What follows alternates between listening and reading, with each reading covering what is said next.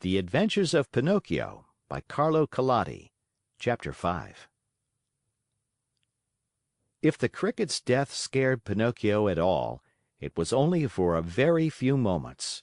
For, as night came on, a queer empty feeling at the pit of his stomach reminded the Marionette that he had eaten nothing as yet. A boy's appetite grows very fast, and in a few moments the queer empty feeling had become hunger, and the hunger grew bigger and bigger, until soon he was as ravenous as a bear. Poor Pinocchio ran to the fireplace where the pot was boiling and stretched out his hand to take the cover off, but to his amazement the pot was only painted. Think how he felt! His long nose became at least 2 inches longer. He ran about the room, dug in all the boxes and drawers, and even looked under the bed in search of a piece of bread, hard though it might be, or a cookie, or perhaps a bit of fish. A bone left by a dog would have tasted good to him, but he found nothing. And meanwhile, his hunger grew and grew. The only relief poor Pinocchio had was to yawn, and he certainly did yawn, such a big yawn that his mouth stretched out to the tips of his ears. Soon he became dizzy and faint.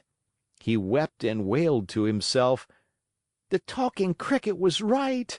It was wrong of me to disobey Father and to run away from home. If he were here now, I wouldn't be so hungry.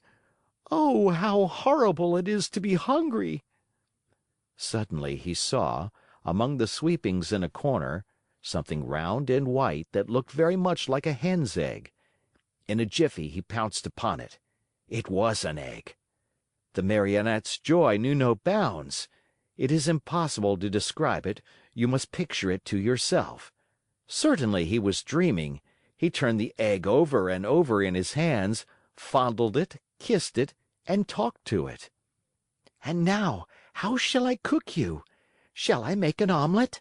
No, it is better to fry you in a pan. Or shall I drink you? No, the best way is to fry you in the pan. You will taste better." No sooner said than done. He placed a little pan over a foot warmer full of hot coals. In the pan, instead of oil or butter, he poured a little water. As soon as the water started to boil, tack! He broke the eggshell.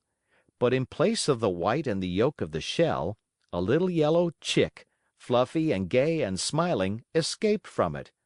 Bowing politely to Pinocchio, he said to him: "Many, many thanks indeed, Mr. Pinocchio, for having saved me the trouble of breaking my shell.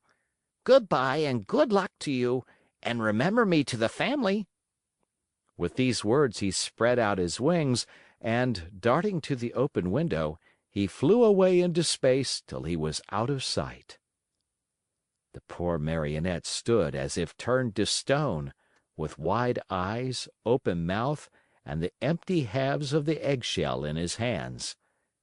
When he came to himself, he began to cry and shriek at the top of his lungs, stamping his feet on the ground and wailing all the while: "The Talking Cricket was right!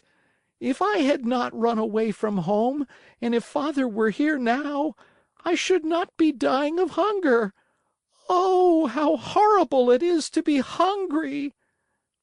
And as his stomach kept grumbling more than ever, and he had nothing to quiet it with, he thought of going out for a walk to the nearby village in the hope of finding some charitable person who might give him a bit of bread.